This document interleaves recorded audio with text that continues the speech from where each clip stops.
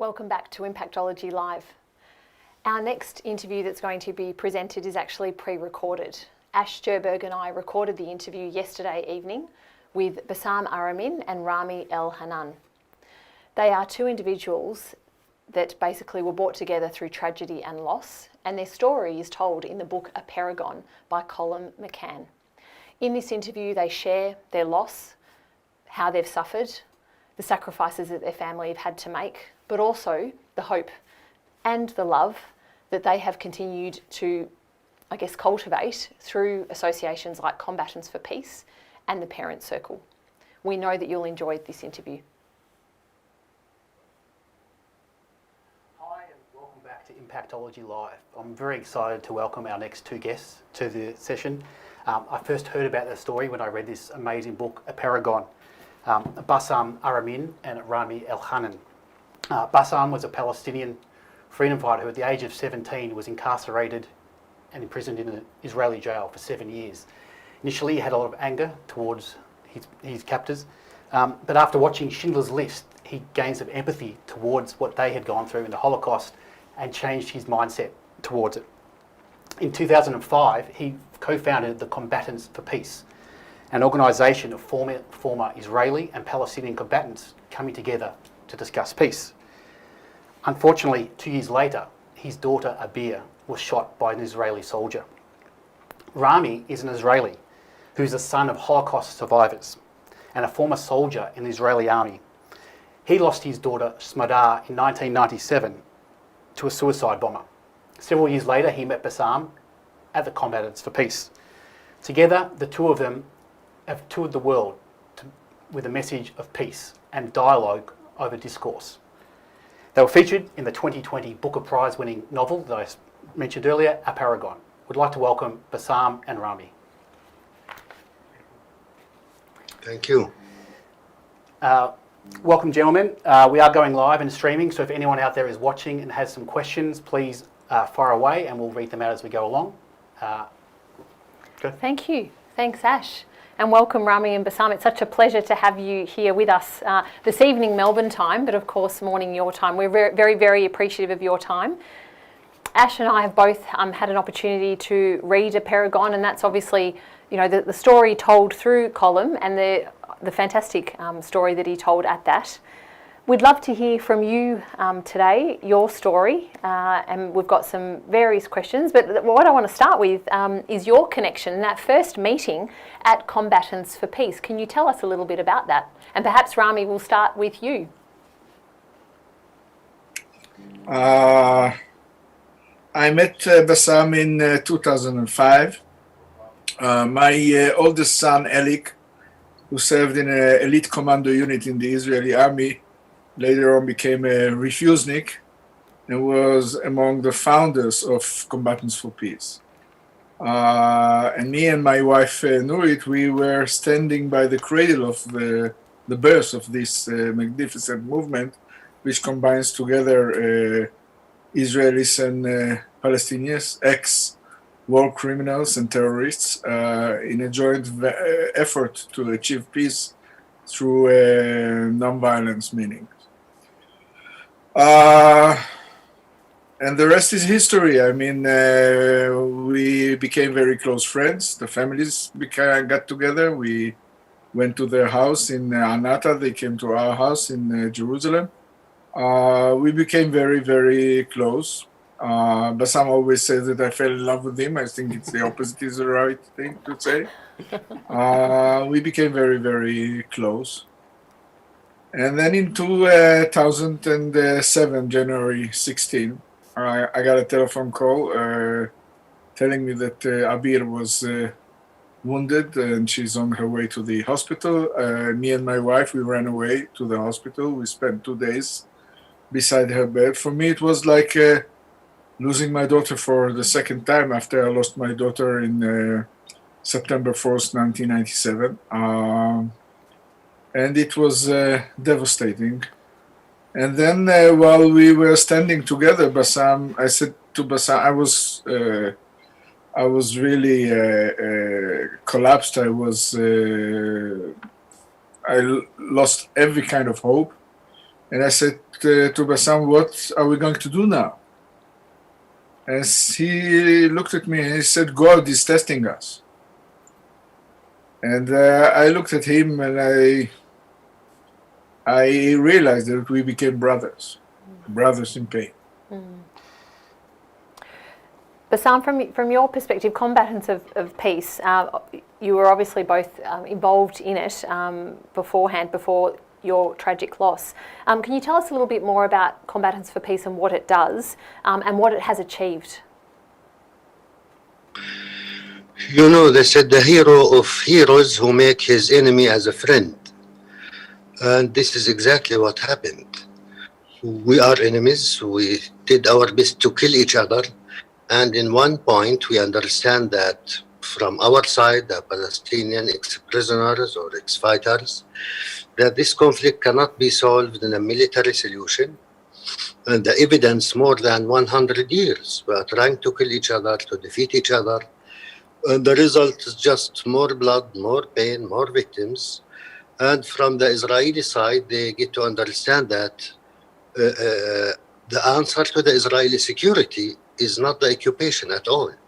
They just create more enemies in the Palestinian side, because we are not going to disappear even after 3,000 years.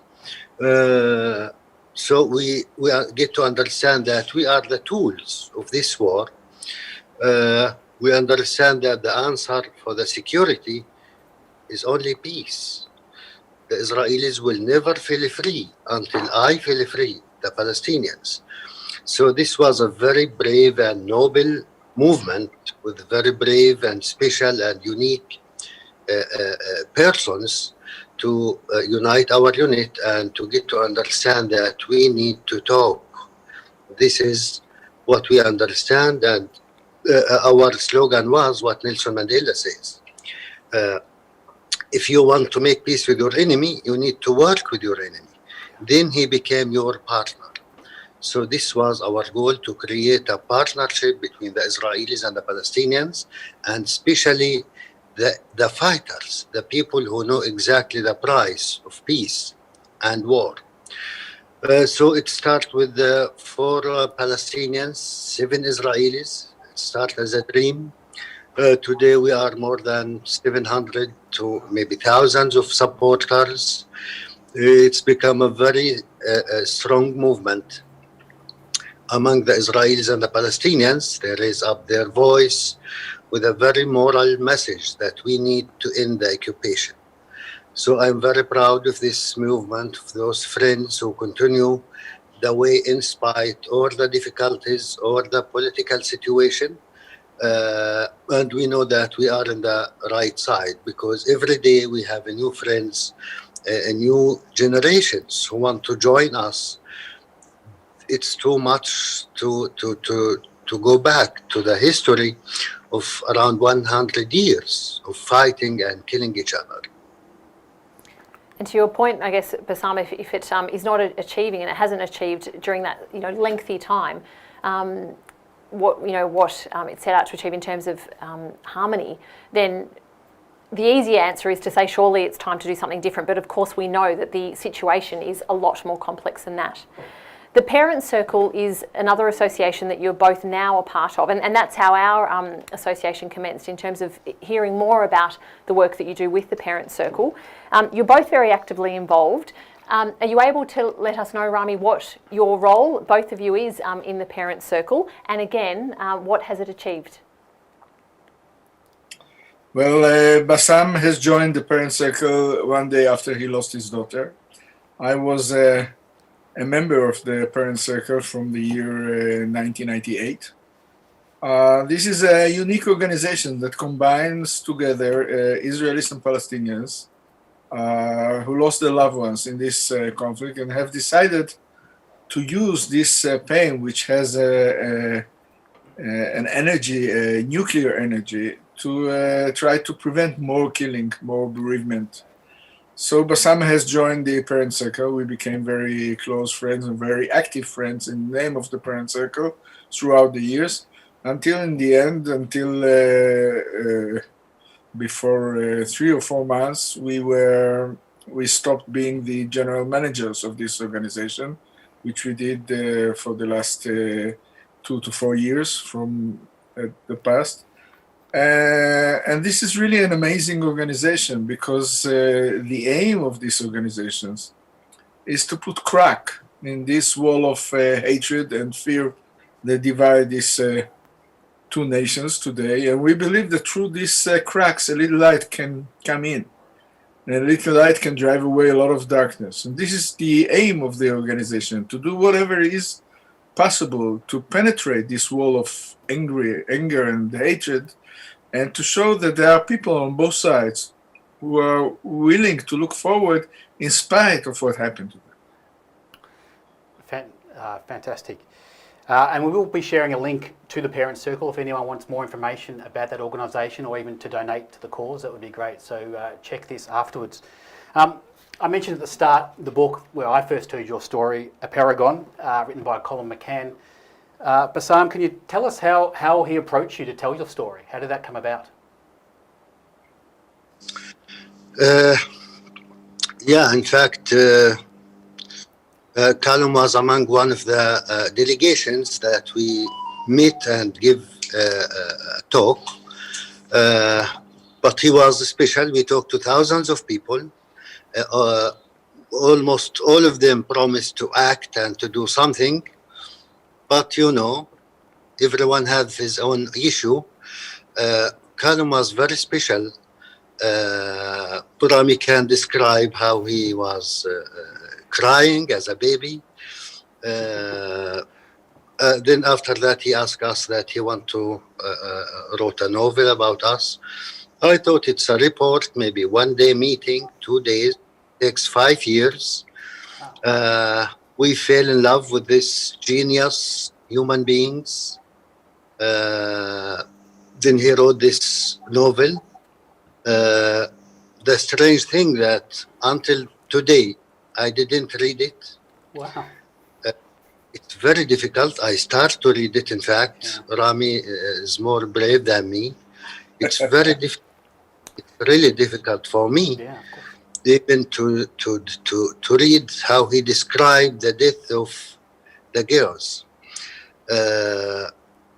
But I said to him, I promise in 1 day I will read it. For us, it gives us another big opportunity to spread our message among millions of people. Especially after Steven Spielberg wrote by the rights of the book. Absolutely. To be a movie. Also, it's another opportunity for people to read our message and see our message as a movie, because it's not our message. It's not only for the Palestinians and the Israelis. It's for everyone, because we are all human beings. We face many difficulties in our life. It shows how we can use our pain in a different way, not only for revenge.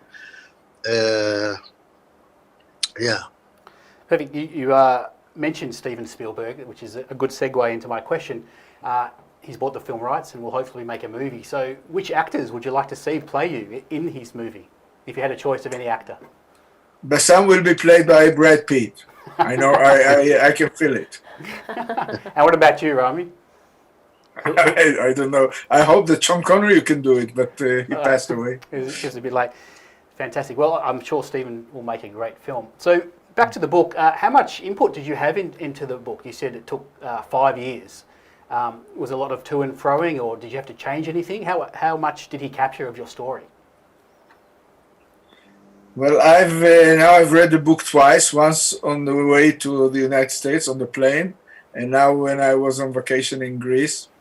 It's a very special book. I think it's not being objective, of course, but it is a masterpiece because he was able to get under our skin. He was able to get into our minds, into our thoughts, into our hopes, and into our pain and sorrow.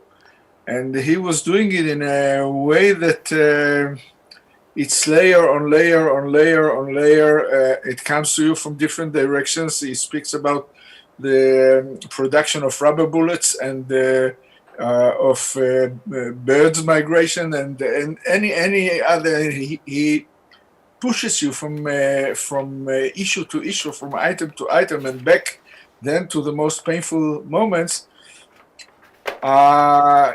It's very powerful. It's very powerful, and I'm honored to be part of it. It's not really me. It's the feeling is that you are listening to yourself being recorded. When you read about yourself, it's awkward in many ways. But I think for people who read it from the outside, who do not know what the problems of this region are, it's a masterpiece. It's a must read.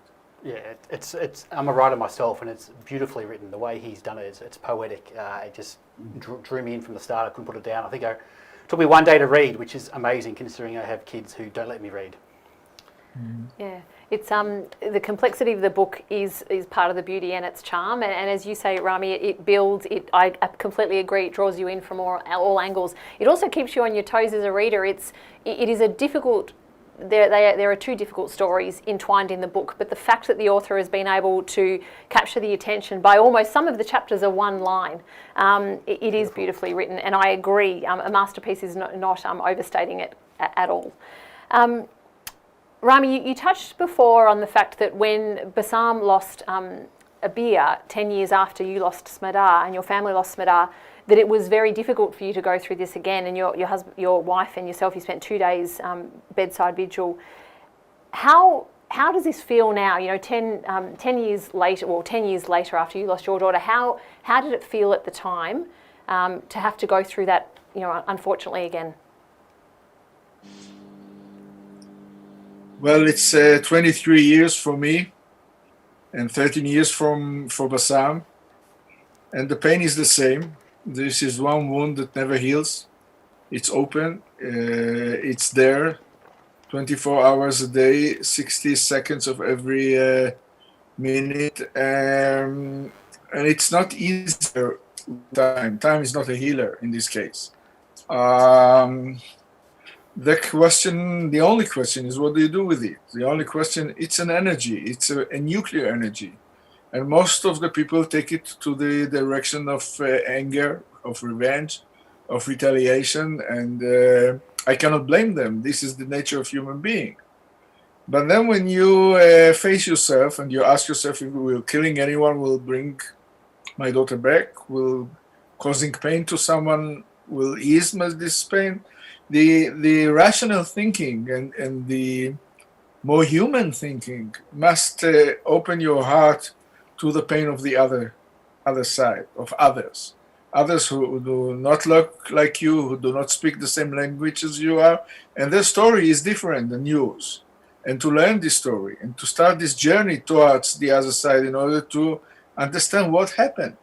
Why did it happen? How could such a horrible thing take place? What can cause someone to blow himself up with 14 years old little kid? And do you have some kind of responsibility yourself? So this is a process, it's a journey, it's still going on.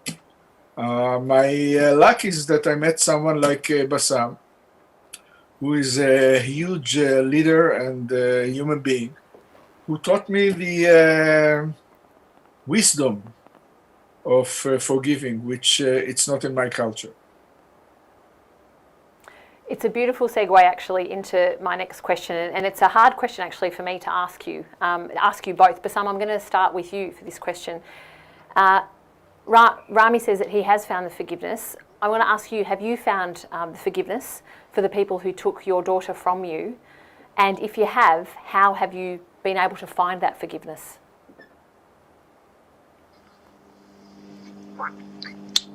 Yeah, it's complicated because of our nature as human beings. But everything around us, I mean, the religion, the values, teach us to forgive. But we learn about the prophets. And when someone kills your daughter, you cannot say, God forgive them because they know not what they do, because I am not Jesus. I am not Moses. I am not Abraham. I am Muhammad. In fact, they forgive as human beings, and they want to teach us that you are our followers, you can forgive. For me, it's not a personal problem between me and this victim or the killer who killed my daughter. He's a victim, exactly. He think I don't know, he protect the Jewish nation or the Jewish dream, or he's a victim to his history, to his education, to his culture, whatever. And always I believe that forgiveness, it's for yourself. If you can forgive yourself, you cannot do anything better than what you did.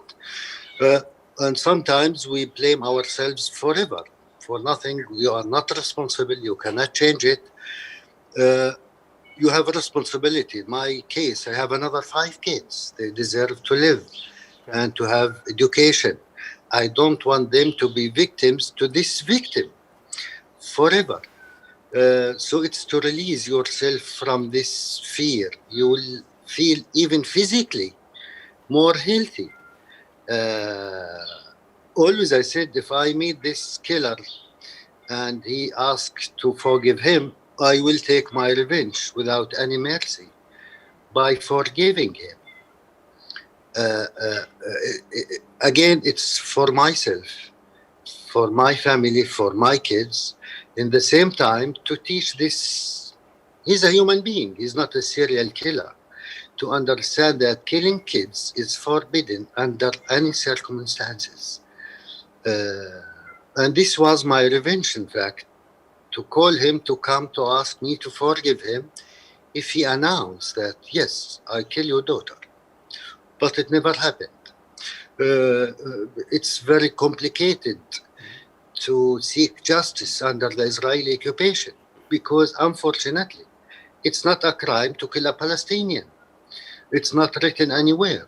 But you will never find an Israeli be trialed or punished because Israeli soldier, because he killed a Palestinian. Except one soldier 3 years ago, he spent 9 months in jail. So for the Palestinians, those people, they didn't see us, they didn't count us, which create more anger. It's a very racist regime among the Palestinians.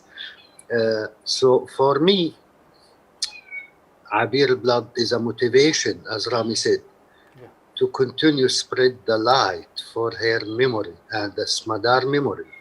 They are the same, between them 10 years, but it's the same killer.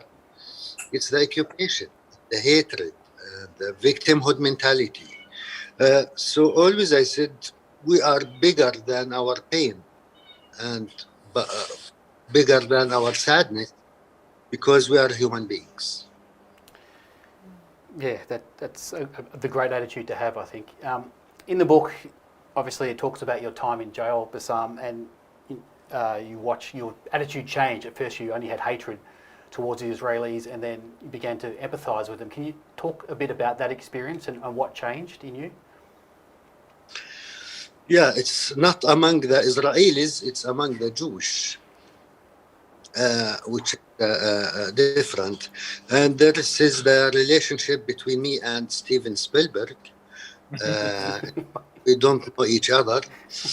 But after I watched this movie by chance, in the beginning, I understand that this is about Hitler and the Jews. And Hitler killed the Jews, and the Jews occupied me, occupied the Palestinians. So I said to myself in the beginning, why he didn't kill all of them? Otherwise, I am not going to be in their jail. But after a few minutes, I found myself crying, sympathy with those people. I didn't understand this criminal, why he killed them, the kids, the women, the ordinary people. And what happened that I wish this director will meet me and make a movie about the Palestinians so the rest of the world can cry on our situation, our Nakba, to see the occupation. Because I get to understand that after years when I studied the Holocaust, that the biggest pain among the Jews was that no one knew about their tragedy, about this crime. So I believe no one knew in that time about the Palestinians. And I wish him to make this movie so the people can know what we are suffering in the occupied territories. Yes, we are human beings. Even in that time, I consider the Jews as my enemies, but I get to cry because they are human beings. Even I get angry because they didn't fight in the movie. Yeah. It means, in spite they are my enemies, but because I'm a freedom fighter, as I thought, so I need everyone to be a fighter against injustice, including the Jews. So this movie, in fact, pushed me after so many years to study the Holocaust and to get to understand that this ongoing fear in the Jewish mentality, and especially with the Israelis. So if you don't recognize this pain, it's very difficult to understand when the Israelis talk about security. It's too much. It's unbelievable that a nuclear weapon state, a very strong state, scare from few kids in Gaza. But it's there. This is the fear. And this is the victimhood mentality. But it's not illusion. It's there. It's built on a real history. And this is what I try to understand and to study because I want to know how to approach the Israelis, to talk to them, to the Jews, and to respect this very painful past that the Jewish go through. Yes, that's true. So obviously you two have come together and you do a lot of talks around the world. I've seen you described as having a husband and wife type relationship. I won't ask who's who. But we've got a question that's come through from a Chris who wants to know, over the years, how has your relationship evolved between each other? Spending so much time together and talking about your message. Just to say that quickly,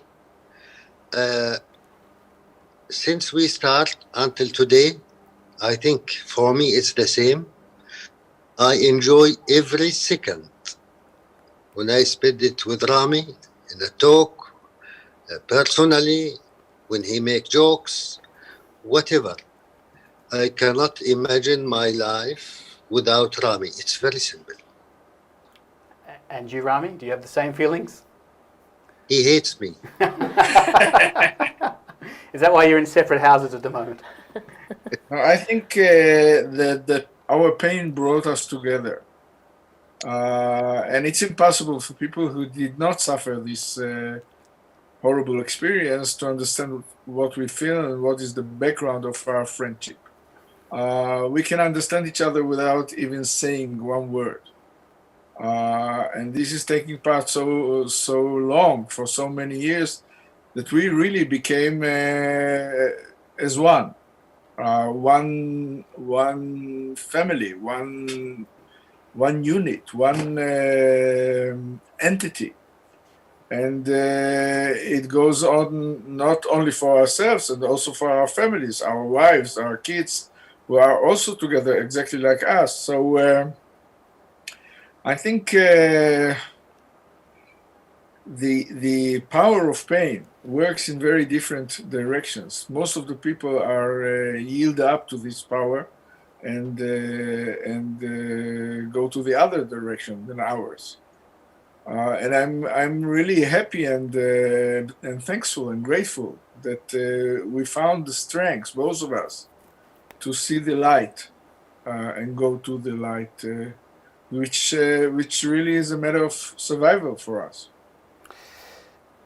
You said just off camera before we started to ask any difficult questions to Bassam, so I'll direct this one to him. Bassam, if you were sitting right now with Benjamin Netanyahu, what would you say to him about the process? What would you like from him? That's really a question for Bassam. Yeah, I told you he gets the difficult ones. Next question, please. Not an option. Enough. You know, we are human beings, and Mr. Netanyahu is also human beings. And always I believe that human beings can change for bad and for good. In fact, I wish to meet him, to talk to him, and to try to release him from the victimhood mentality. He thinks he's a victim. He don't believe in anyone. He don't trust anyone. And he hosts us. He detained all the Palestinians because of his fear. And maybe I can convince him to stop to be corrupt. He's very corrupt. And this is what the occupation did. And it was a very beautiful slogan in the demonstrations against him that the occupation deserved a leader like Netanyahu.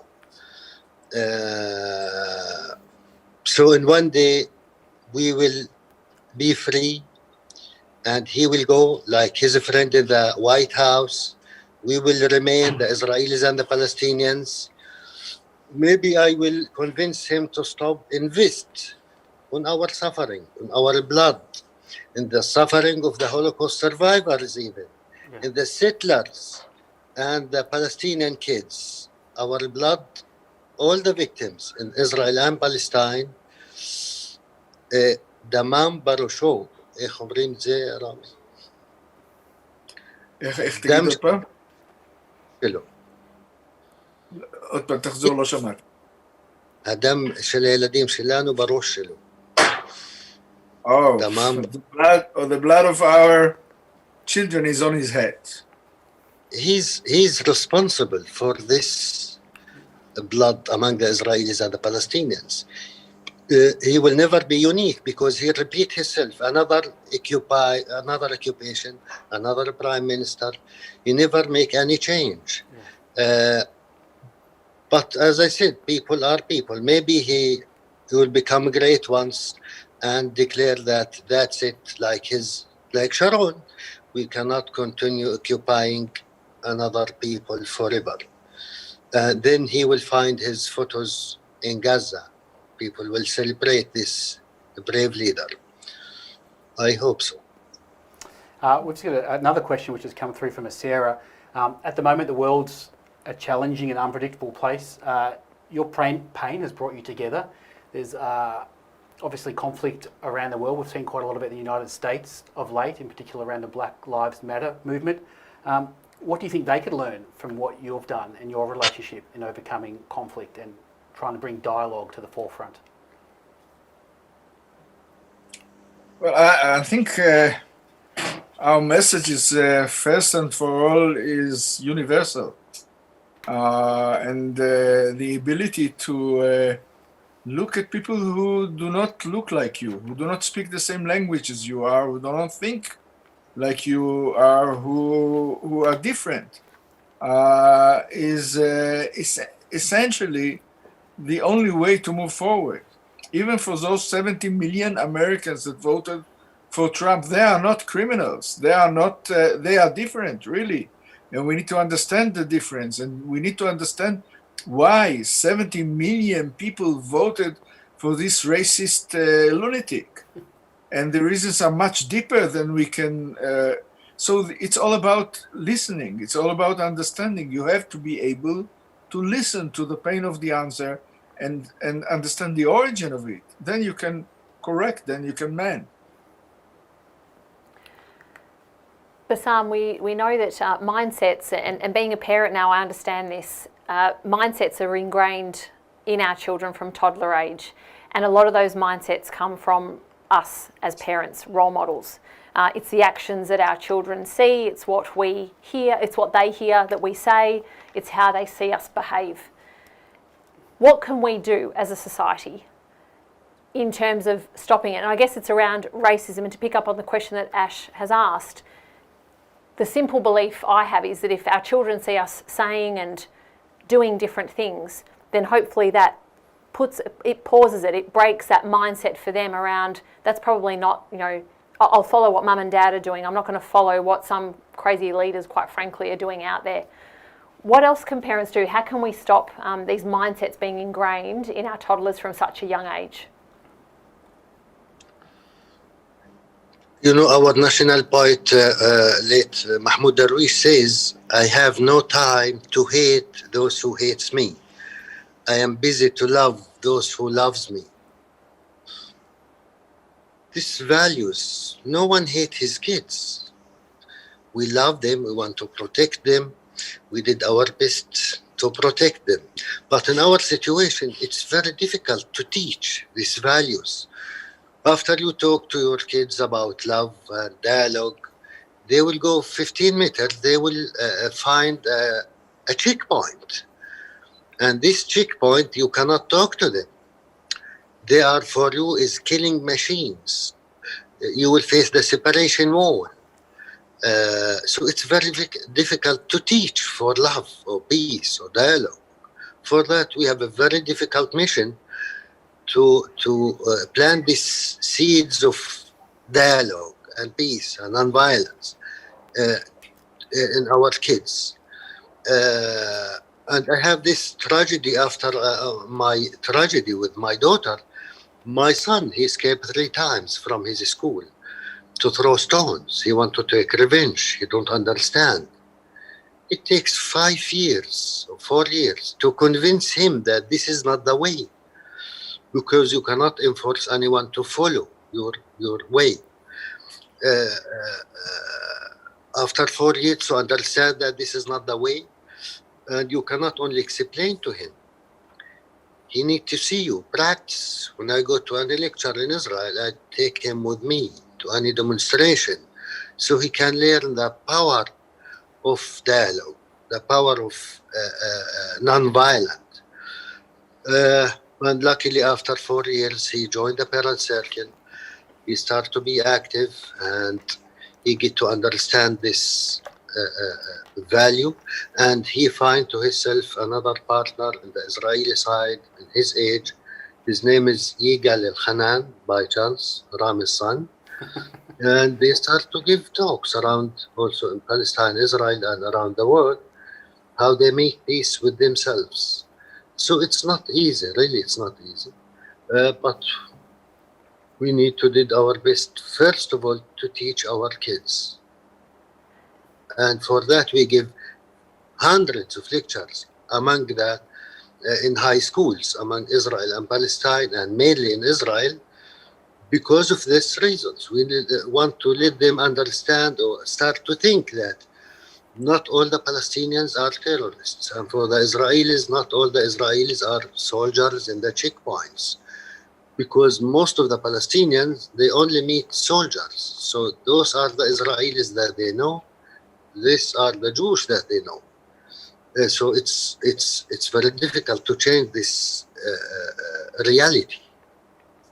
The message that I hear from both of you is one of empathy, and it's one of love. And quite frankly, having finished the book, it's hard for me to understand how you can feel that, both of you, given what you have gone through as fathers, what your families have gone through at the loss of your daughters. And all I can say is it's, it is astounding and amazing that empathy and love can come through. And you've said the word human, many times, and it is that human to human connection and understanding that it doesn't matter where we come from, what those mindsets and beliefs are. At the end of the day, we're made out of the same thing in here. And that's something that, we all need to remember. Absolutely. I agree with every word.